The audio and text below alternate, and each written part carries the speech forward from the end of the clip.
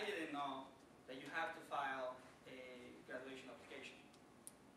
Where I come from, you use the insurance police and they give you your document and you're good to go. Here you have to apply. They have to see that you actually completed the courses that you see, that you were looking for.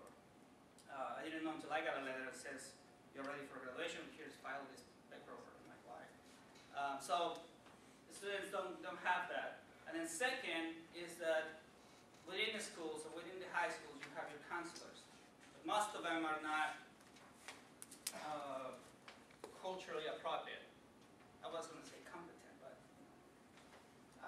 and so when they go and talk to the counselor, sometimes they don't really know how to deal with that. Sometimes they don't understand what the counselor is saying, and the problem is also that the counselor doesn't know that they have to explain things to the students in a different way.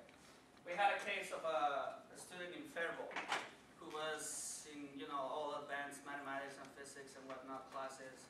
And when he went to his counselor about applying to college, he basically said, you know what, just apply to the local community college, do your generals there, and in 2 years you'll figure it out. His mom took him to talk to Jesus Torres, who was the main person in charge of this program, and he got applications into many different private colleges, 2 of them being St. Olaf, some of you might know, and the other one being Davis in St. Peter. Both of them colleges offered him full scholarship.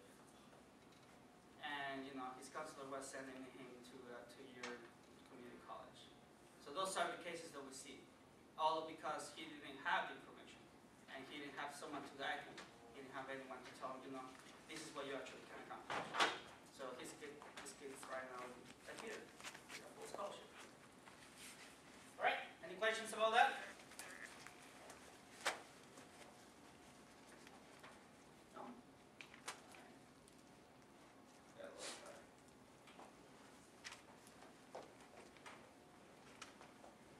So the Immigrant Empowerment Project, the purpose is there. It's easier if you read it. But that's, when I said that our mission is, done through education, advocacy, community organizing, all of our campaigns incorporate that in a way. We, for example, do a lot of educational workshops throughout the year. We go to community members, we either do house meetings or larger meetings, and we present, one is the current immigration environment. Where are we at? Everybody's always asking, is there a possibility that there's going to be a bill this year? We say yes, no, and if it's a yes, this is what we need to do. This is what you can do. This is how you can engage.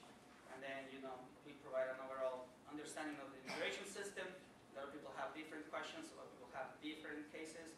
Everybody's completely different. And then we provide, the opportunities for them to engage. So that's, for example, the Immigration Empowerment Project. We do that mostly is education. We do advocacy, so we do some, visits with our congressmen, tell them about the importance of immigration reform, tell them why, tell them, how many members we have, where are they at, and what are their biggest needs. And then second, number third, we educate the community also about what they can do. For justice, I think you're pretty familiar with this one. That's Cesar Chavez. Valdemar Velázquez, that's his name. Valdemar Velázquez from the Farm Labor Organizing Committee, otherwise FLOC, FLOC. They deal in mostly look at the Carolinas and Ohio. So Valdemar Velázquez, he was a mentor for several years. Helping Mothers Program.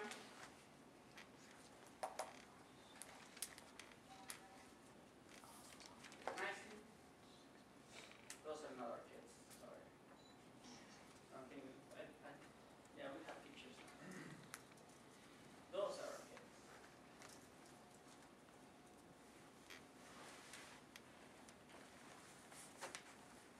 So, major victories. We talked about this one.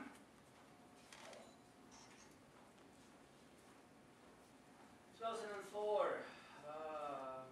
Yeah. So we tried to do 2 things in this one. One is to create the very first migrant worker union in the state. It's called ETHN, United Workers of the North. So the Lakeside, so this Chicana plant has been bought over many times. It has been many owners throughout the years, and one of them has been, actually the last one is Lakeside Foods. It's actually from Wisconsin, and they, do contracts and subcontracts and whatnot. But they employ, Seneca is one, but so they employ many different, a large number of migrant workers. I don't remember how many it was at the time in 2004, but within the plan, you have a union that only covers those workers who are year-round. Since migrant workers are seasonal, they're not protected, they don't have the same rights. But at the same time, the union can't unionize them because they're not full-time. I mean, they're full-time, they're not full-time, right? So, in conversations with them, too, we started to, realize that one of the biggest things that they needed is that they needed a union. They just didn't know how to frame it. And so, because one of the things that will happen is that, if, for example, on Sunday, work was going to be slow, most likely the positions of working were going to give in to those who are year-round.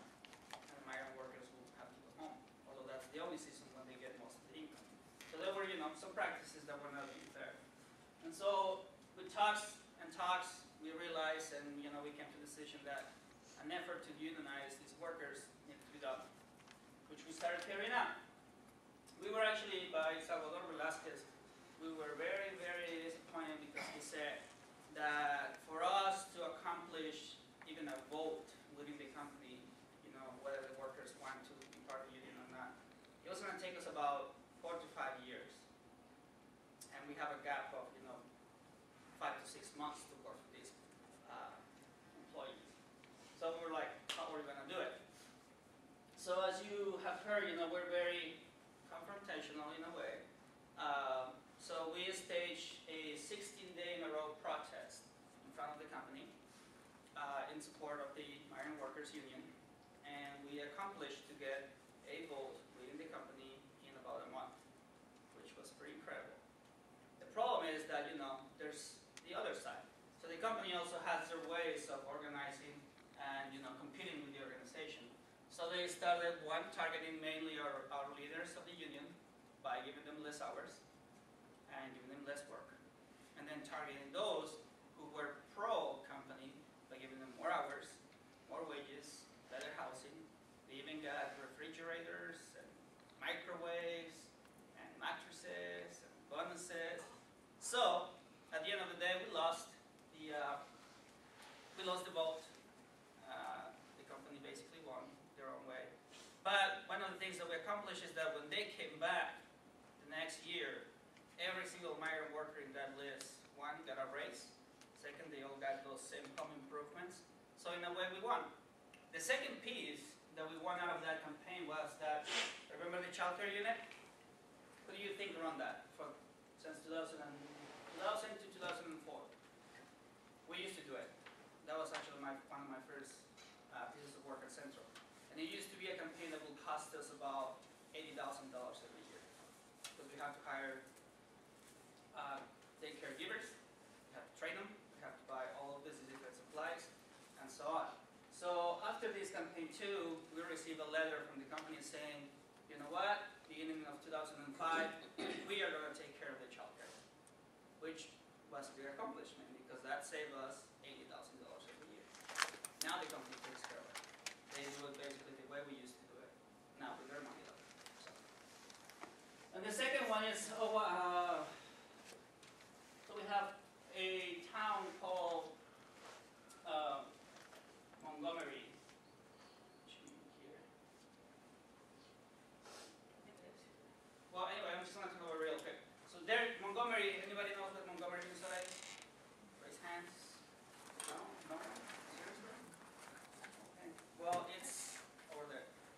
I don't know, whether we south, north, so that will be southwest of St. Cloud, I think. But there you have another canning company. This one's called Seneca. Everybody knows Seneca? If you don't, look it up. There, the dynamics are completely different in terms of how they deal with the migrant workers.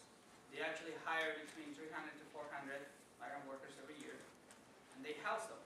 They have a lot right next to the company that they rent to these migrant workers.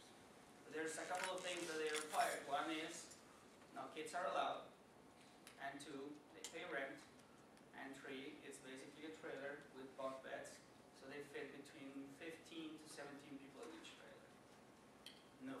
allowed, and they only have, communal showers. So, for example, for a family that we're talking about, right, migrant workers come to here, come to Minnesota, and they bring the whole family. They either have to find a place to rent in the city so they can have their kids with them, or they have to find someone back in Texas to take care of their kids during the season. And amazingly enough, when you come to Montgomery during the season, rents for apartments and houses, they go up like 300%. I don't know how that happens. But, it's one of the realities. So,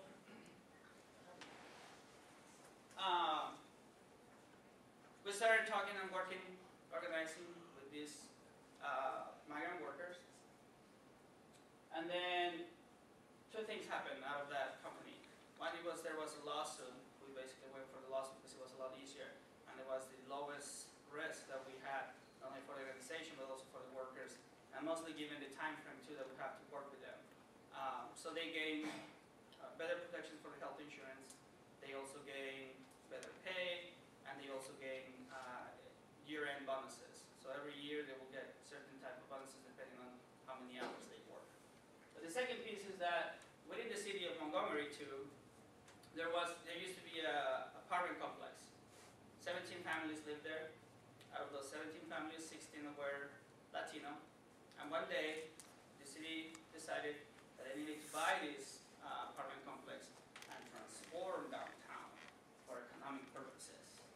So they came and said to the people that were living there, you know what, you don't have a place to live anymore. You need to be out of here by this date, and that was it. So throughout the period between the actual decision and then the actual bringing down the buildings or demolition, which never happened, we worked with the entire family, with all the families throughout this time. And there was two things that we did is we carry out a campaign with the city to try to convince them that, this was just, I don't know, just crazy, however you want to call it. Actually, the entire Montgomery Chamber of Commerce was on our side because they said, if these families leave, we're going to be losing so much revenue that the city is going to, regret it. And we actually filed a lawsuit too for discriminatory practices against the city. We did many different meetings, we did many different campaigns, we even did a march from Montgomery to Faribault to raise awareness of this. It was in the newspapers, it was on the news. So eventually, a year after of this campaign, the city gave in again, and we came to an agreement. One is they gave a monetary compensation to all of these families that were misplaced. I believe it was $17,000 per each family. They gave them a public apology. They also agreed that from there on, every single city employee will have to go through a cultural competency training, which is provided by the neighborhood house. That was actually part of our deal, that they needed to be someone that we trusted that will do a good job at this training. And then the third one, and that was the most important one, but we kind of lost track of that one, was that the city agreed to build affordable housing, 31 units of affordable housing. The problem was that they said we're going to do this only if we get money from the federal government to pay for part of that cost. So up to this day, they haven't really found any money, so they haven't seen the 31 units of housing. Any questions? Let's do this one real quick. So we passed a piece of legislation in the state. It's called the Immigrant Worker Act, and it doubles the fines of all those employees who violate certain protections that we increase. One of them is that if they hire you, and you don't get paid in time, you can just use this statute, go back to them and say, you know what, actually you owe me double now because you didn't pay in time. And we enforce it very, very strictly. We actually some enforce